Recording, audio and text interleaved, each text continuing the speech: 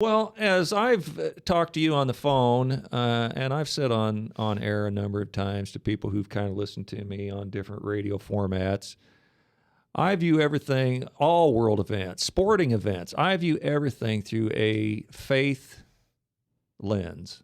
Mm-hmm. How does it relate to the end of time?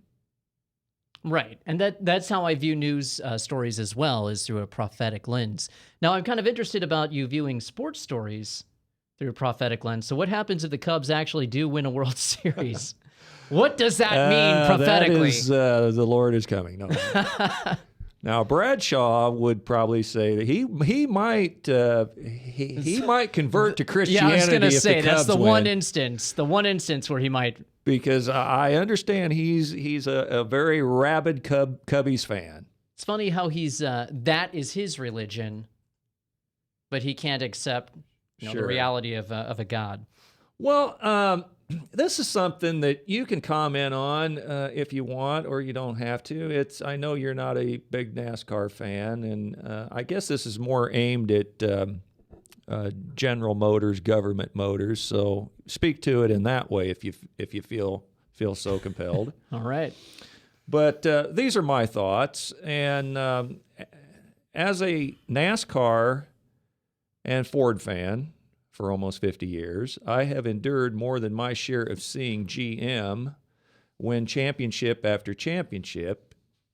And in the mid-'80s, when Ford was on the cutting edge of aerodynamics with the Taurus, T-Bird, and Aerostar van, which just happened to translate to speed on the racetrack, instead of NASCAR forcing GM to build cars to keep up with Ford on the track, they bent the rules and allowed obnoxious back glass to be placed on the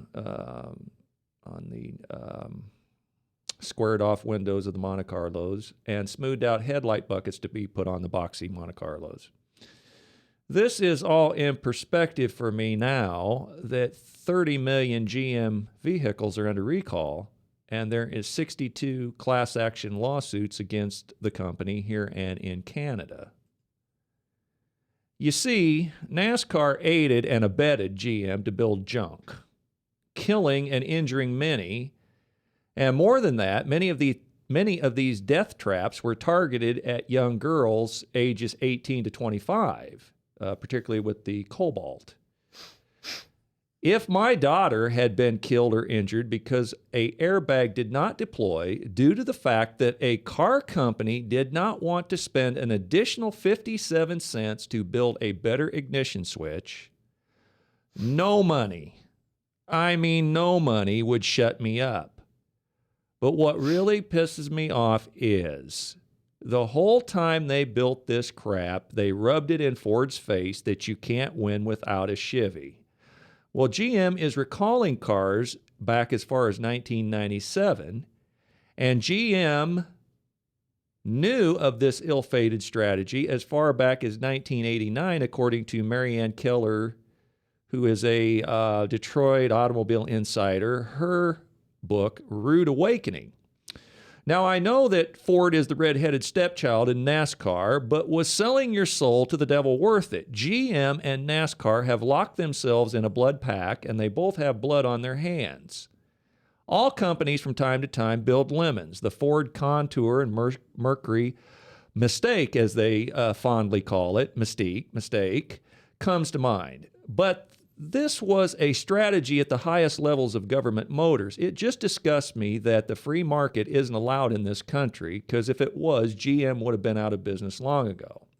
And then just let me finish up by saying, and of course, my friend and often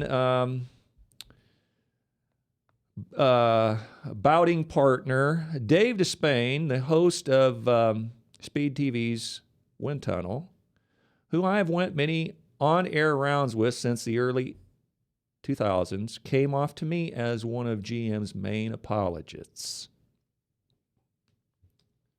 You have any comment on any of that, or would you... How about the free market How much are those aspects? Cobalts running? Pardon? How much are those Cobalts running? I don't know. They apparently don't make those anymore. Oh, that's too bad. But according to what I've read, there's about 1 million of them still on the road that still potentially have this ignition switch issue. And the recall notices that get sent out look a lot like junk mail. Well, I think I had one as a rental once, maybe 5 or 6 years ago, and I liked that as a rental. The time that I was driving the Cobalt, a lot better than the time that I drove. What was it? It was a Ford Fusion, I think. Yeah, I think it was a Ford Fusion. I don't know. I liked it a lot better than the Ford, so well, that's just me. As I said, all car companies have been guilty of producing lemons on occasion. But Marianne Keller's book basically kind of implicates that GM was doing this at the highest levels of the company to just make their vendors put this ultimatum to them, like The Godfather, an offer they can't refuse. Cut your contract in half, or you won't have a contract. And so, if a switch, apparently the spring in the switch was a 57 cents they were saving. Now, 57 cents times, say, 1 million cars, can add up to some money. But, what's your daughter or son's life worth? Well, it just goes to show you the total lack of ethics that's permeating every sector of business, every sector of government, and every sector of people's private lives these days. I mean, it's a sign of the times, really. Yeah. Well, as I say, I tend to view things through a faith lens, and obviously it just says to me there's no standards anymore. There's no ethics. It's just whatever you can do to make a buck. Well, that's why I drive Japanese. Well, that is true. Japanese, particularly Toyota and Honda, do make some pretty good cars.